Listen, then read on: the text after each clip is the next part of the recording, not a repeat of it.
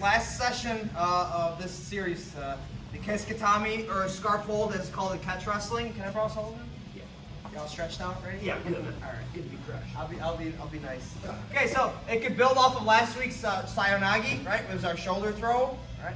The one where we did a drop sayonagi. We ended up kind of finishing in this scarf hold judo side control position. Okay, so that's what we're going to build off today. We're going to understand the position as a control, right? Because this is mainly going to be a control point, right? Just pure pinning positions. There's going to be submissions that we find during it, but just focus it as a control position, okay? All the submissions are going to come from the person being kind of in a panic mode where he starts to freak out and move his body erratically, and that's what's going to open up submissions, okay?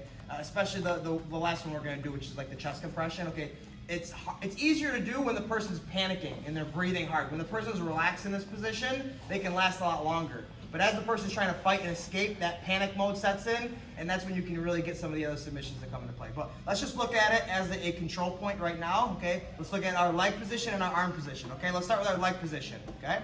Bottom side leg, okay, so my right hip is on the floor, so my right leg's the bottom leg. Okay, generally you want to have it approximately parallel with the spine of the opponent, okay? Generally don't want to be here like this with this position, okay? There's really nothing stopping me from preventing him from bridging this way, okay? And either making me face plant or even bridging up in the other direction. Go to your left, this way, here. That's how you're going to get rolled over if you're not sure about how to keep your body positioning, okay? So bottom leg, position parallel with the person's spine, and make sure you're digging your toes onto the floor. Okay, even though my knee is pointing like to the side a little bit, I can still dig the little pinky toe, the ball of my foot into the ground so that I have some kind of like counter pressure if he tries to bridge into me. Okay, so left leg nice and parallel, arm position nice and hugged tight with the arm or with the head. Some people like to grab on the hamstring. Just understand that if he does try to bridge in the other direction, I have to let go and post. Okay, so make sure that any kind of control point, it's never fixed. There's always a chance where you can let it go and post and come back. Okay, so that's the leg position, right side arm and right side leg. Hug the head and leg parallel with the spine. Okay, my outside leg, my left leg in this case. Some people will show it with the flat foot on the ground, knee pointing to the ceiling. You'll see this more like wrestling pinning positions. In judo, they'll show you with the knee down, but either way, you're still driving your feet into the ground. Okay, I want to make sure that my hip is just off the ground enough so that he's bearing my weight. Okay, I don't want to be sitting on the floor. It's a much more comfortable for the person on the bottom. Okay, top side arm, I want to make sure that I'm controlling above the elbow, and I really want to grab the tricep. If it's the gi, you can grab the material if you want to, but again, I'm always more no gi specific. So I'm cupping the tricep, right, making sure that I'm really pinching with the C grip, and then I'm locking my elbow down to prevent any kind of rotation of his wrist. So we're here, boom. Okay, so this is the basic position right here. All right, and I want us just to find a partner, and the person on bottom is just going to kind of move around, kind of give like 40% effort, 50% effort. Just make the person on top feel like they're stable. Okay, so I'm going to get here, and so he's going to go. I'm adjusting my base. Trying to keep him nice and flat on the ground. All right, no matter where he bridges, I want to add just enough counter force to keep him flat. Right, if he drives too much this way, I kind of want to pull my butt back. If he drives into me, I want to push back into him. So it's just about finding a nice balancing center point to where you can have them kind of feel your weight the whole time. And then the submissions will come from there. After 30 seconds, he starts to buck and move. Maybe his arm gets exposed, and that's when we start our attacks. Okay? Any questions? All right, 1, 2, 3. Okay, time. All right, good. That's it. Nothing crazy. Okay. A couple little other details on the position. The bottom leg, the leg that's parallel with the person's spine, do your best to keep it propped up under the person's shoulder. Okay? If I can get my thigh up underneath the shoulder, it's going to be harder for him to get his elbow to the floor, right? He needs to create a lot more distance. Okay, if I have my leg parallel with his spine, but there's a lot of space between my thigh and his shoulder, it's a lot easier for him to start to pull that elbow to the floor. So I'm shelving his shoulder with my thigh. Okay, so again, lift, adjust right here. See, now I got my thigh propped up under your shoulder. It's just giving me a little bit of extra support to this arm, because this arm is the main control point. Okay, if I'm squeezing his head to death, but he's able to shuck his elbow down inside, now I'm almost ready to lose the position.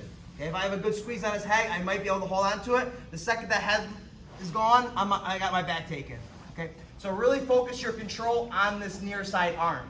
Okay, if I were to not have his head, but I have massive control of this near side arm, it's going to be harder for him to take my back than the other way around. Okay, go ahead. Right. He needs to get to his side before he can start to take my back. So this elbow is the key. Okay, so focus a lot of energy on making sure this elbow stays nice and high. Okay, so just a couple little details on the control point. Okay, and you're going to figure it out by applying it during live rolling. You're going to make mistakes. You're going to get swept, or he's going to take your back, and then you'll improve the position as you do it more and more. Okay, so a couple variations of this position with the head or with the underhook. Okay, they both have pros and cons. The underhook offers me a lot more control. There's less likely my back's going to get taken. Okay, but it's a little bit more comfortable for the person on bottom for me to have this kind of underhook. Okay, my body's a little bit more stretched out along his, so it's less concentrated force. As opposed to here, right, like all my weight is kind of focused right on this one center point, and his head and arm are kind of like smushed in together. Okay, so this is a little bit more uncomfortable. Okay, you can really make the person feel your body weight, but this offers you a lot more control and submissions, right? I can attack this arm and this arm. Okay, but right now we're just working on this judo side control, right here, perfect. Okay, let's just look at a few options for submissions, okay? The person's going to be trying to wiggle this arm out, right? So they're going to be trying to pull the arm out. A lot of times if the body type is, like if he's got like really, really short arms, sometimes he can just work to snag his wrist outside of my armpit, right? He's got long arms, so it's going to be a lot harder for him to do that, but it happens regardless. Okay, so I'm here, we're moving. He's able to wiggle his wrist out, just like that. If I see his wrist come out of my armpit, I need to grab it. C grip, right, with the thumb. Right, first one we're going to do is I'm going to put it straight out. Now I want to work to lift his shoulder up with my bottom knee. I need to get more range of motion in his arm. Okay, if my knee is flat in the ground and I try to apply the arm lock, once the arm hits the ground, that's it. There's no more hyperextension. So when I'm here, I need to lift this knee up. Now it adds more distance for me to start to drive his wrist to the floor and getting the elbow lock or the arm bar. Okay, right here. All right, good. If my knee was close to his head, low, no range of motion. So I actually bring my knee a little bit closer to the elbow and I lift it. Okay, right here. And I get the tap. Okay, it's a very simple straight arm lock from this judo side control. Okay? Because I only have a one-on-one, it's difficult for me to stop the rotation of his wrist. Okay, so this one right here, the arm lock, it's going to be very difficult to actually finish. But what you're going to do is you're going to get, elicit a response. You're going to elicit him to twist his arm one way or another. And that's actually going to be a more likely submission or transition from here. Okay, so we get here. All right, I'm able to get the wrist. I pin it to the floor. Because I'm gripping this way, there's like an opening in my wrist. More likely he's going to be able to turn his thumb up. Right? It's going to be harder for him to turn his thumb down into me because my palm is controlling the forepart of his wrist. So more likely he's going to be able to turn his thumb up. Okay? If it does, I want to shove his wrist into my knee joint. A lot of times you can lift your leg up in the air and catch it. Right there. Okay? So I'm making it basically like a modified V-lock. Okay, now once it's stuffed into my knee joint, I can let go of the wrist and I'm going to package it up with my other knee. You can triangle your leg if you want to, but it's really unnecessary. You just got to pinch your knees together right here, keeping everything nice and packaged right here. Perfect. Once it's there, I'm going to grab my hands together. I'm going to kind of lean back a little bit, lift up on his head. And the big thing is bringing my hips forward, which is putting the pressure on the shoulder. Right there. Okay? Yeah, very good. But remember, don't forget, this is control first. Okay, so if you get here, oops, sorry, and you start doing like this stuff, right? Like he's going to start to come up with me, catch my head, and now it's here. Okay, I might still be able to finish it, but he's got a lot more mobility now that he's on his knees. Okay, so make sure you focus on the control. So it's here, boom, he bends his arm, catch it, package it up, and right here. Boom, see how my hips come forward. That's putting the pressure on the shoulder and getting that modified Americana. Right, so we attack, we're going to do 3. First 2 are submissions, third one is going to be a transition, okay? So again, we're here, I get the straight arm lock, all right? If he turns his wrist, I get the Americana. Okay, if he's able to turn his wrist down, Okay, there's really not too many submissions here, but we're going to use it to trap this arm. So if he turns his thumb down, I want to just sandwich his arm between my legs. Okay, pinching really, really, really strong, because remember, I don't want him to get this elbow out. So I'm making sure that I'm pinching my knees. From here, I want to switch head control. So I want to go from a headlock to crossface. Okay, headlock to crossface. And now this hand, I want to reach my back pocket and rotate my knees. Okay, from here, we can stick into like a crucifix position where we're keeping this arm nice and trapped. I can work to attack this arm if I want to, or attack the neck north-south, okay, or just maintain this position. It's a great position to control ground and pound, okay? They call this the humbler position. You get the guy trapped here and here. He can't really do much. You can lace him up pretty well, okay? So we'll do 2 submissions and a transition. So control, control, control. He wiggles that arm out, I catch it. I come straight back, lift my knee up, get the arm lock, he rotates his wrist, catch it, package it, lock my hands together, right there. I go back a step, he turns his thumb the other way, smash, crossface, back pocket. Back pocket. I want to block his hip right here. And then I just rotate my knees, and now I'm here like a snowplow side control where both of my arms are on the same side of his body. And you can do whatever version of side control you like here. It's up to you. Okay, but I just want us to transition so that we maintain top position. Okay, so 2 submissions and a transition to whatever kind of side control that you like. But I would recommend trying to keep this arm trapped if you can. Okay? Questions? All right, 1, 2, 3. You didn't put us together. Okay, time. All right, so last one. Now this one is going to be the chest compression, or like it's basically we're just putting so much pressure on the diaphragm that while the person tries to breathe in, they breathe out, and then they breathe in again, and it's not as much. They can't breathe in as much, and then they breathe out, and then they breathe in again, and it's not as much. So we get this like kind of suffocation type of scenario. Okay. It works when the person's really trying to struggle to get out. For like, imagine trying to struggle to get out of this position for like 45 seconds. So you're starting to get tired, you're starting to kind of like hyperventilate a little bit, and then the person starts to apply this compression hold. That's where it really kicks in. When you're doing it drilling, everybody's calm and relaxed, so it's going to take a lot longer for the effect to really kick in. But again, more than likely, you're going to be holding this person in this position, you're going to be adding a little bit of pressure, they're going to be trying to struggle to get out, they're going to get tired, and then you start to apply this pressure. That's what really creates the effectiveness. If the person's not exhausted at all, they can usually just kind of like slow down their breathing, hold their breath, be nice and relaxed. But if that's the case, then you just keep them there. Right? We're using this as a pure control position. So if they want to relax and not escape, cool. I'm going to hold them there and keep them there. As the person starts to struggle and try to escape, their energy is getting lower and lower, and then we apply this technique, and now it's like, like double effective, okay? So everybody's going to be like, oh, I feel like I'm holding it for 35, 40 seconds and it's still not working. Again, apply it during live rolling when everybody's a little bit, getting a little bit tired. Cook the person in this position and then try to apply the technique, and you might see it's a little bit more effective, okay? So we're here.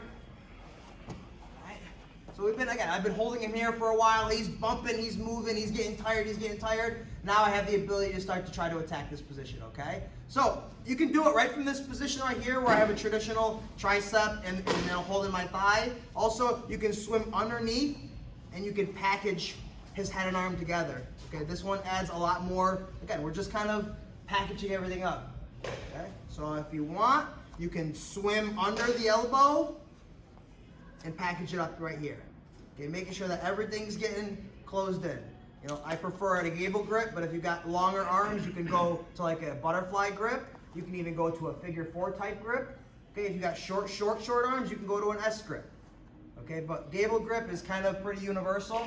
But again, you find what grip you like the best. Okay, just avoid these kind of grips where your fingers are laced inside of each other. Okay, so as long as your fingers are together, gable grip, figure 4, S grip, doesn't matter to me. Okay, so we're here, we're gonna swim, and we're gonna package it all up right here. I'm pulling him into me so that I can fit my ribs right on top of his solar plexus, right there. Start here, right? Swim, lock it in there, package it all up. Lift my hips, and I just want his shoulders off the ground, maybe 15 degrees. I don't necessarily have to do all this. You're gonna start to over-exaggerate. You're gonna start to do stuff like this, and that's what's gonna get you swept.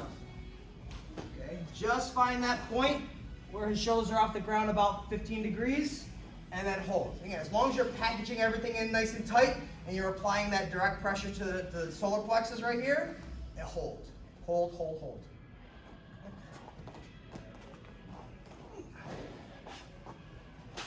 Right here. Control first off. Control, we're moving around, bumping and moving. I'm maintaining my position. I feel I'm starting to slow down a little bit. Now I know he's getting tired. Here we go. Swim, package it all up. Place myself right on the diaphragm and hold.